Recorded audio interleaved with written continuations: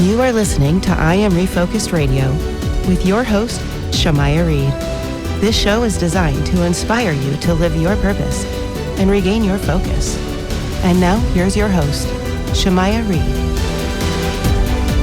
Hey, welcome to I Am Refocused Radio once again. We are here today, another show, another special guest today. Man, we have a true honor talking to a 4-time best-selling author and stress management coach, Lolita Guarin. And she has an amazing website you can check out. It is beamazingyou.com. We have a pleasure having her on today. She's cleared her schedule to have a little bit of time with us. Today's topic we're going to be exploring beyond burnout strategies for workplace stress and self-care. But before we dive into that, let's talk to her right now all about her life. First and foremost, Lolita, thank you for your time. How you doing?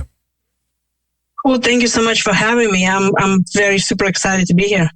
I appreciate you making time for us today. You have an awesome story. You arrived at the U.S. 20 years ago with an ambition to live and build the American dream. You worked tirelessly on not just your vision, but your career. And let's learn more about your experience. What was it like when you made that choice that you wanted to come to the United States and build your American dream? It was very exciting. That's why I was so pumped up and fired up to work 60 hours a week. And now those who are listening in and start rolling their eyes at me, yes, this is so the country where we can achieve whatever we like, and everybody's working too much, and everybody's burnt out, and everybody's stressed out. That's what I hear all the time. So it's not like I'm saying something new that, working 60 hours a week, it was stressful. You know, we used to having this kind of life, like you have to pay for if you want to achieve something. And I came here and I took the opportunities, and I knew that I have to work hard. But what happened, as we know, we don't have enough time for everything. So I totally neglected my well-being overall. Obviously, I wasn't sleeping well and not enough hours. My nutrition was whatever I find in the break room, could be donut or pizza. Definitely not enough time to go work out because I just really wanted to make money and just work hard and achieve what they want. But what started happening is that it really messed up with my body and my hormones and all of this. And I got to the point that I had to go to emergency room. And that was the point when I realized, wait a minute, I'm in my 30s. It should not be like that. I should be all healthy and ready to run. And then the diagnosis was very simple. It was like, well, you are stressed out, you burn out, you need to start taking care of yourself. That's really didn't jive with me well, because it was like, well, I don't have time for this. And that's the first thing that everybody starts talking about. It's like, I don't have time for self-care. But because I got, sick, I was like, okay, I need to change my life. And I started doing simple, what they call stress management bandages. Okay, well, I do, maybe I sign up for yoga class, and maybe I start trying to get more sleep, and I adjusted my nutrition. And that helped me. And I became very passionate about changing my lifestyle. That also included in my busy schedule self-care. But then there was just still something missing, because I realized that there was a way how everyone manages stress and how we react to stressful situations. And I started my coaching practice 10 years ago now. And I was just going through some book, reading about the business and how to get more coaching clients. And the author of the book mentioned that she grew up with a father who was alcoholic. And I realized, wait a minute, my dad was alcoholic. And that opened up the whole new understanding that how we grow up, what environment, and how well we were supported, how much we were stressing out, and how we manage that stress really becomes our patterns, how we manage that stress and everything that comes at us when we grow up. So that was the key when I realized that, yes, I could be 60 hours working days, and if I don't take care of myself, I'm already coming from an environment that I was very stressed out and anxious, and supervigilance was my natural state of mind, which is very taxing on the body to begin with over years. And then I put myself in a situation where I was working very hard and not taking care of myself. That's when my body said, wait a minute, we need to stop here. And that's what I teach now, being a coach and a speaker and a teacher and anything I can be, just to remind people that, you need to take care of yourself. And it matters a lot what environment you came from and what patterns you're still implementing as an adult and maybe you were introduced as a child. This is our Refocus Radio talking to our guest today, Lolita. You can go to her website, beamazingyou.com. When you discovered that you had to make some life changes due to the stress, and like you said it well, a lot of people are in a similar boat in their own unique fashion, find themselves doing a lot of tasks, a lot of nonstop, just go, go, go. But at what point did you start to see, in order for you to make that turning point in your lifestyle, to maybe find a way to say more no's and more yeses for yourself? The one thing I tell my clients is stress management should not be stressful.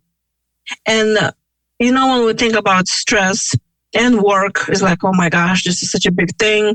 I need to invest a lot of time and energy in this and money. Everything costs money these days. I see this. Anyone who's listening right now can start very small.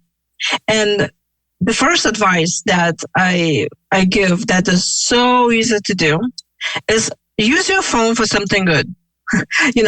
Imagine that you just can put a timer or set an alarm or something that rings every hour or every 2 hours. And then when, hopefully, it's a disclaimer that, don't do this if it's not safe to do. But if you're in a place that you can just stop whatever you're doing and take 1 minute, of course, the more you take, the better. But let's just say 1 minute, especially for those who are workaholics and they stressing out about taking any time off for themselves during the day. Just start with 1 minute.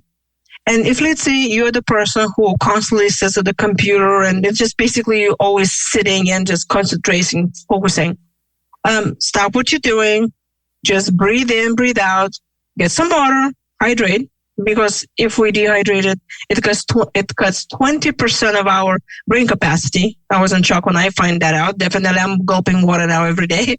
And then you do nothing. You just breathe and just give yourself a break. Now, if you're the person who is also sitting, you can, if you say, well, I don't feel like I want to close my eyes, that's okay. You can go and walk around. Just walk and concentrate on your walking. If you're a person who's on your feet all day long, then do the opposite. You go sit down and you give yourself a break. The key here is you have to give yourself a break. And so here's a few things.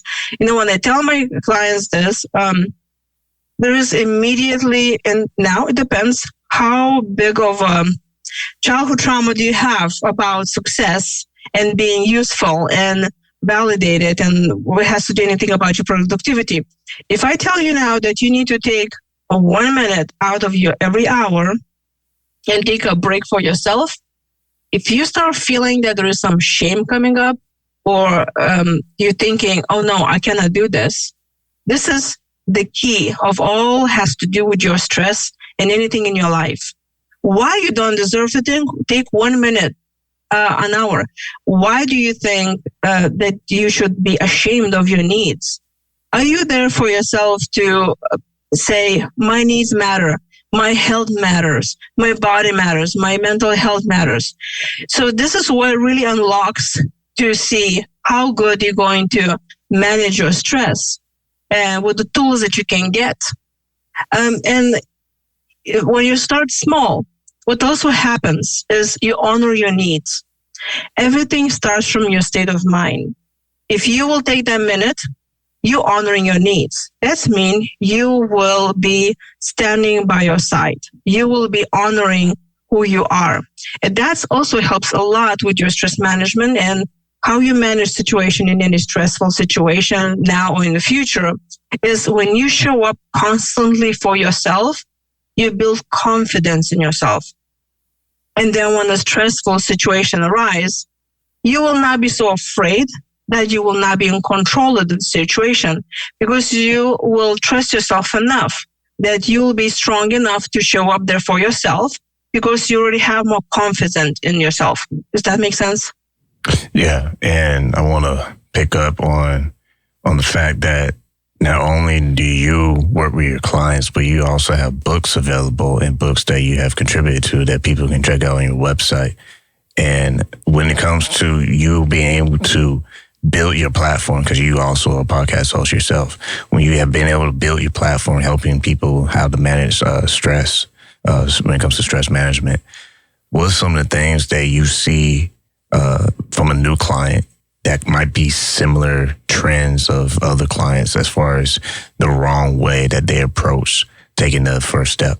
So what comes to stress and burnout in anything that you do, I think that one of the first questions we need to ask ourselves is, why are we doing what we're doing? So if somebody comes to me, they say, I'm burnout. I always recommend them to really pay attention to their habits and just have like a diary and write it down. And actually, I'm working right now on the journal where you can put those entries in. But then write down everything that you're doing and how much time you're spending on that. And be honest, like watching Netflix for 6 hours, that's, could be not productive. But also, it may be telling you that you procrastinated because you don't want to go and do something. Or let's say you're working for 14 hours a day because that's what you feel is right. So when you start paying attention, what are your patterns? Then you really need to ask yourself, do you love doing what you're doing? Basically, why are you doing this? Because everything is, are we going to do something or not? Or are we going to be successful at this or not? It depends how well we're enjoying it.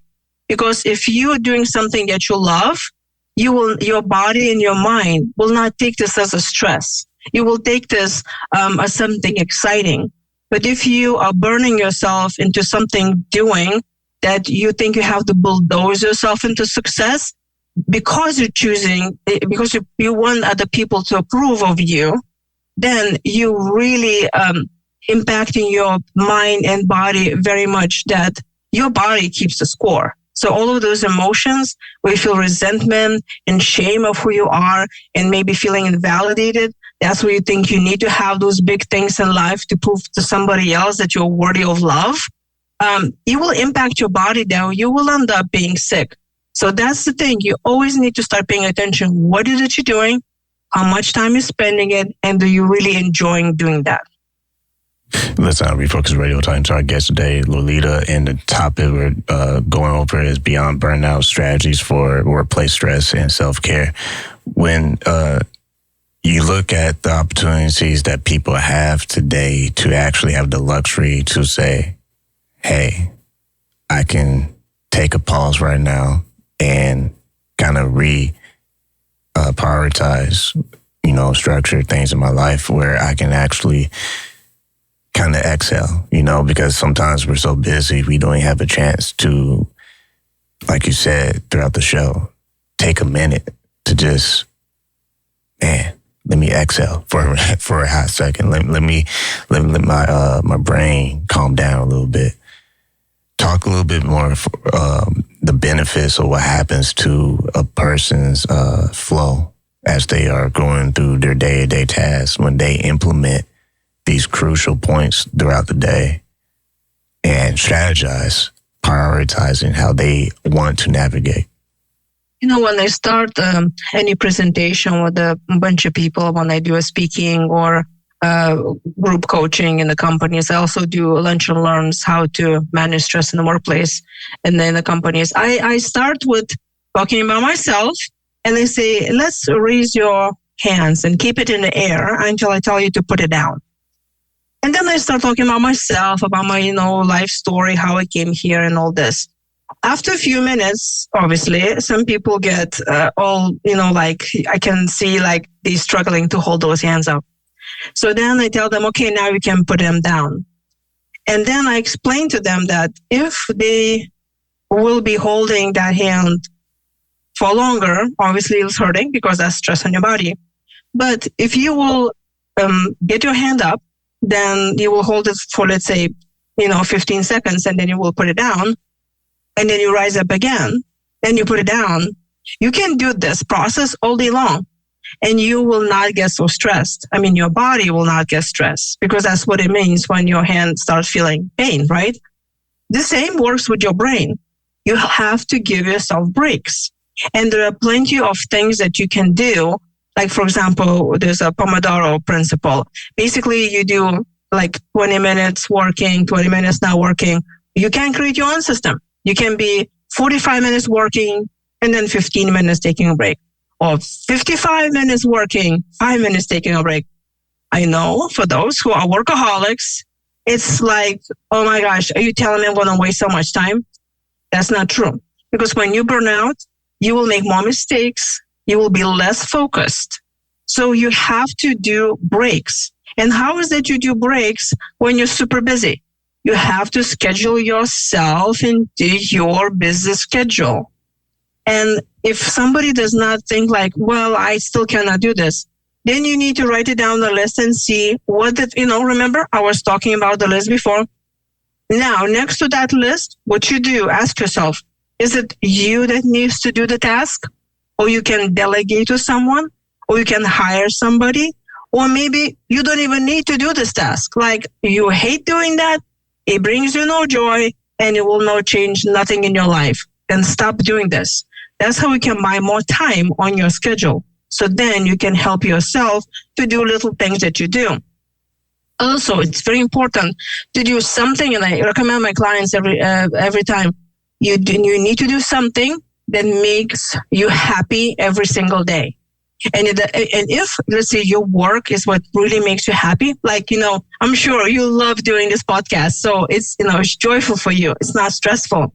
But also other things that had to do with being creative or doing something that only for yourself. It could be, just having a cup of coffee and just looking outside, or, watching your favorite video or something. And what I notice with a lot of people, we get so busy that we do not do anything for ourselves, especially after a long work day where we should be rewarding yourself. And if you don't do nothing that makes your heart sing, even for 5 minutes, okay, even let's say somebody loves reading books, but they say, I don't have time to do it. If you just read one chapter every day, you will be happy because you gave yourself this time. And again, you showed up there for yourself. So it's very important to know what is that you like doing it and then doing that every day. But here's the problem that a lot of my clients run into, especially those that we already came from a childhood with the patterns that we know that, no, we need to do all those things. And then I ask my clients, I say, so what is it you like doing this? I know that's your mom, your dad told you what you need to do, or you think that's what you need to do, or like by listening some guru videos. But what is that you really like to do? And a lot of them struggle with this because they never got permission to actually find out what they want. So somebody who wants to start changing any stress levels in their life really need to be honest with themselves and find things also what they love doing it and start doing it every day. But the problem also is here that a lot of us who came from dysfunctional families, from wounded childhoods, we are afraid even to do something for ourselves because we learned of, well, if I'm not going to be as other people want me to be, if I'll stop pleasing other people, if I start saying no to projects, saying no to people, I'm going to be unloved, unappreciated, and I'll be kicked out of the group. And for our mammal brain, kicking out of the group, that means we will not survive. We die. Hence, if somebody came from the childhood, and I will recommend, all of those listeners now to think, how was stress managed in your family? Because this is how you're managing your stress as well. And you don't have to go on the same way. You can change. It doesn't matter where you came from. But acknowledging what you need to change, that's the key. You use this as your superpower, not just as a crutch. So paying really attention to your needs and putting yourself in the schedule, even in small ways, can go a long way, and it will make a difference in the long run that comes to stress and burnout. The key thing I want to jump on that you just said months ago was attention to your needs. I hear this pretty oftentimes on the show, and that is people being able to be self-aware, one, and two, being able to identify the pain points. And needs can be the pain points as far as like some areas in your life that might be neglected and you probably just need to pay attention more to, or you just need to address. For you, having your experience, you had to go through what you had to go through and you hit that burnout stage, but then you turn all that around by adjusting what you needed for yourself. Kind of touch on that for the audience from your personal experience. What was the before and after of Lolita after you figured out, okay, these are some pain points that I can address, and how were you feeling after you got used to, addressing it? First, I tell everyone that we should not wait until we hit the wall, or we have to go to the doctor, or end up in the emergency room or in the hospital, because for some people that could be already way too late. And thank God for me, it was not some cancer or something that it wasn't curable anymore. That was something that I could take into my hands and make it happen for better. I start doing some things, very small ones, like I start saying no. I start putting myself more on a schedule. I start doing things that I like doing it. And mostly I just kind of start paying attention to myself and my own needs. The first time in my life, I realized that I need to be the one who's taking care of me. And with that came a lot of shame when I realized that I bring a lot of those patterns that didn't work for me from my childhood. I was ashamed of myself. I was like, I cannot believe it. I'm broken. This is it. You cannot change your patterns, your history. But then I realized that there are a lot of us that way, that, well, we struggle with some things, but just because you were like that in the past, it doesn't mean you can be like that in the future. And I made myself a commitment that I just don't want to be the same anymore. And when I start working with the clients, I say, they say, don't compare yourself to other people. That's good. But what you need to compare yourself is with yourself. So somebody who's listening in right now, I just want to ask, it's like, okay, are you happy where you are right now? We're talking about stress, like with your happy life work balance. How were you 5 years ago? Were you happy then? Were you, you can say that you're full of energy and it's a great place to be. Is it the same? Is today for you the same way?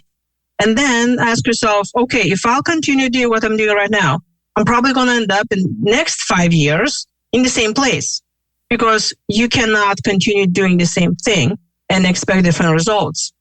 And then ask yourself, that future me in 5 years, this looks good to me? I'm happy with that. And that's what happened to me. I'm like, I don't want to be in the same place. I don't want to be all stressed out, burnout, not even seeing the life happening, because I was so immersed in the work what I was doing, thinking that all of that work will show my worth in other people's eyes. Then I'll be seen and loved and appreciated for what I do. Because I came from a childhood trauma of thinking, if I am not loved for who I am is not enough. That means I need to be useful. I need to show how much I can do, and then I'm going to be worthy. But that's not true. No matter how much you do, and that's what happens with those workaholics who are burnout, it's like running towards a horizon that you never can reach. And it's never good enough. So you have to realize that you are good enough and what you're doing is already good enough.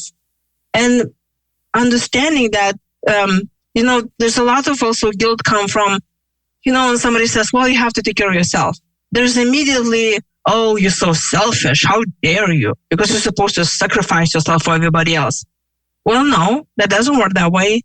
And I love the analogy that's always used, but in a plane, before you fly off, they tell you, in the case of emergency, you're going to put the mask on yourself first, so you can help everybody else around it. So everyone needs to start paying attention to their stress levels and burnout and self-care from the point that, oh, no, now I look selfish if I start taking care of myself. No. When you start taking care of yourself and you feel yourself first, then you can help your people around you, in your family, in your coworkers, and your friends. Because when you're full, then you can take care of others.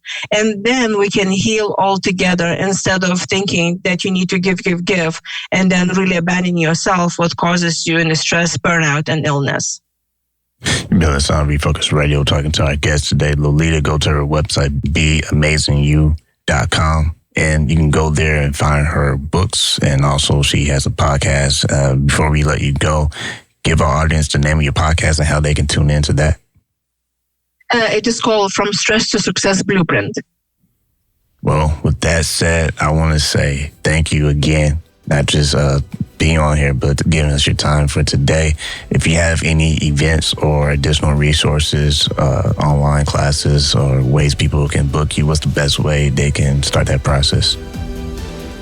Like you said before, going to my website, Be Amazing You, and all of that is there. All right. Well, once again, thank you for your time. Thank you.